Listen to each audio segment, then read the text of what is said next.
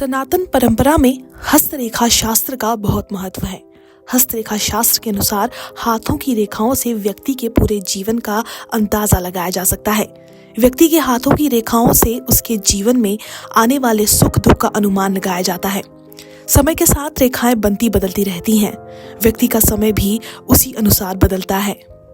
हस्तरेखा शास्त्र में व्यक्ति के भाग्य को उसके हाथ में बनी भाग्य रेखा के जरिए समझा जा सकता है। यही नहीं, हस्तरेखा से व्यक्ति के बीते हुए कल से लेकर भविष्य में होने वाली कई चीजों तक सभी बातों का पता लगाया जा सकता है। मनुष्य जीवन में कितना सफल होगा या फिर होगा भी या नहीं, इस बात का पता उसकी भाग्य रेखा को देखकर आसानी से लगाया जा सकता है।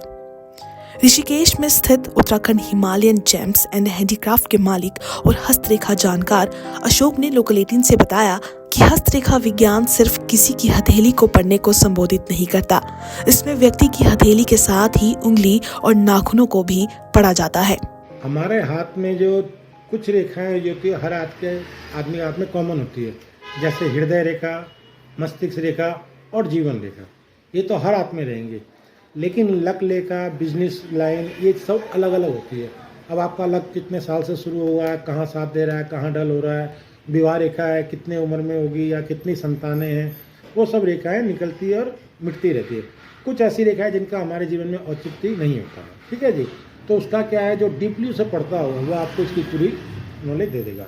तब आप समझ सकते कि ये क्या चीज़ है, इसको हम कैसे जानेंगे कि वास्तव में हमारी रेखा हमारे को सच बोल रही है या नहीं बोल रही है। जैसे आप ये थंब देख रहे हैं, कहते हैं अंगूठा इंसान के आधे भविष्य को बताता है, क्योंकि अगर ये स्ट्रॉन्ग है बहुत ज़्यादा, जैसे लचक खा रहा है, लचक खाने वाला क्या है, इतना स्ट्रॉन्ग नहीं बनेगा।